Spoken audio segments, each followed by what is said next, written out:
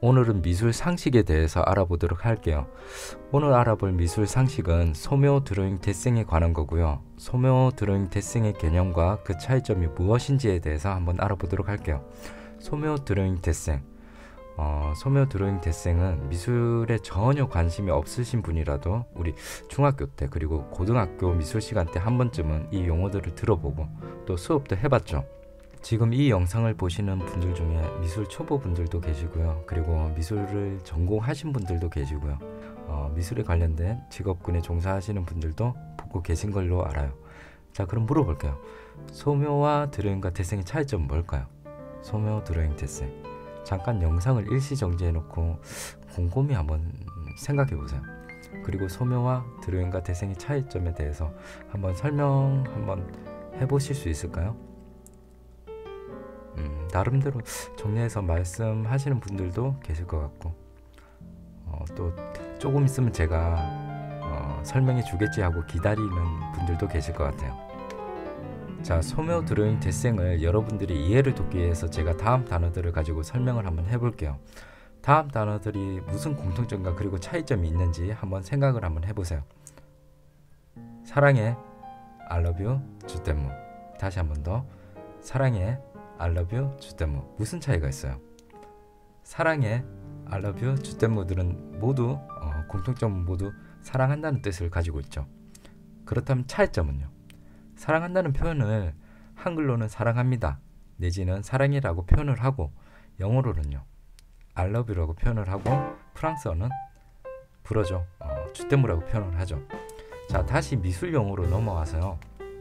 눈치 빠르신 분들은 제가 이제 무슨 말을 하고 싶은지 아시겠죠? 소묘 드로잉 데생, 소묘 드로잉 데생, 한글 영어 프랑스어. 소묘 드로잉 데생, 한글 영어 프랑스어.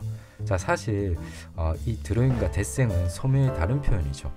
소묘, 드로잉, 데생은 모두 같은 말이고요. 모두 같은 뜻을 가지고 있어요. 문제는 그렇다면 왜 우리가 소묘, 드로잉, 데생을 같은 것이라고 생각을 못하고 왜 다르다고 느꼈을까요? 이 뒷 배경에 대해서 제가 설명해 드릴게요. 소묘, 드로잉, 데생이 같다는 제 말에 여러분들이 조금이나마 조금 더 신뢰하실 수 있게 소묘라고 한번 쳐볼게요. 소묘. 이렇게 소묘라고 치면요. 조금 내려서 지식백과 밑에 보면 클릭 한번 해볼게요. 소묘. 세계미술 용어사전에 소묘라고 나와있고 한자로 소묘가 나와있고 드로잉 그리고 데생이라 나와있죠. 다 같은 말이라는 거죠. 그리고 개념 정의가 나와있고요. 설명이 나와있죠. 그리고 조금 더 밑에 내려가시면 같은 말로 데생이라고 표시되어 있죠. 소묘, 드로잉, 데생은 같은 뜻이고요. 같은 말이에요. 또 여러분들의 이해를 쉽게 돕기 위해서 제가 사과를 가지고 한번 설명해 드릴게요. A는 프랑스 사람이라고 생각을 한번 해볼게요. 그런데 이 프랑스 사람이 A라는 사람이 과일에 관해서 책을 쓰려고 해요. 그래서 A라는 사람은 과일 중에서 사과를 곰곰이 관찰한 결과 사과의 개념을 이렇게 정의를 했어요. 사과는 둥근 과일이다. 그리고 이 A라는 프랑스 사람이 본인 책에 이렇게 실었어요. 사과는 둥근 과일이다. 자, 또 B라는 사람도 과일에 관해서 책을 쓰려고 한다고 생각해 볼게요. B라는 사람은 미국인이라고 생각해 볼게요. B라는 사람은 과일 중에 사과를 곰곰이 관찰해 보니까 사과는 애플이잖아요. 애플은 빨간 과일이다 라고 정의를 내렸어요. 그리고 본인 책에다가 이 정의를 실은 거죠. 애플은 빨간 과일이다. A라는 프랑스 사람과 B라는 미국 사람은 똑같은 사과를 보고 조금 다른 정의를 내렸어요. 그리고 이 정의들을 각자의 책에다 실은 거죠. 둘 다 틀린 말은 아니죠. 충분히 이럴 수 있겠죠. 그런데 문제는 그 다음부터죠. 시간이 흘러서 C라는 사람도 과일에 관해서 책을 쓰려고 한다고 우리가 가정을 한번 해보죠. 그런데 이 C라는 사람은 프랑스인도 아니고 미국인도 아니었어요. 그냥 제3국의 사람이라고 우리가 가정을 해보죠.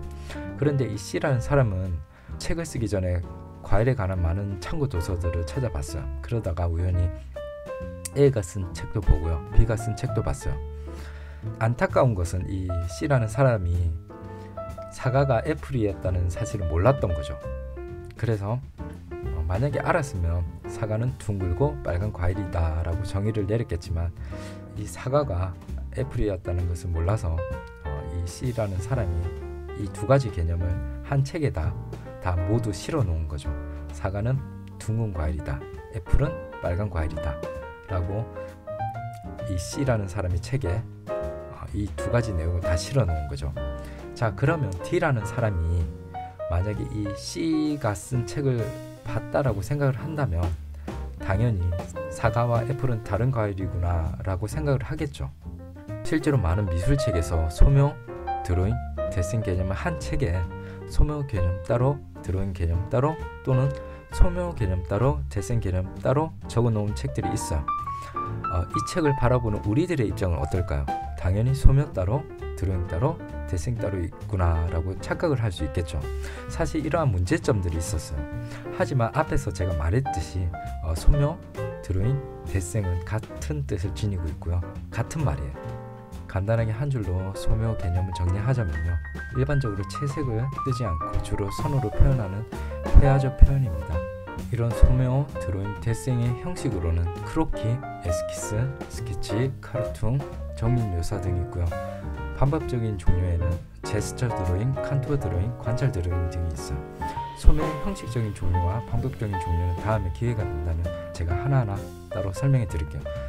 오늘은 이런 종류와 용어들이 있구나 정도만 알아두시면 좋을 것 같아요. 마지막으로 오늘 배운 거 정리를 하자면, 소묘는 일반적으로 채색을 쓰지 않고 주로 선으로 그리는 회화적 표현 방법이고요. 소묘, 한글, 드로잉, 영어, 데생, 프랑스어.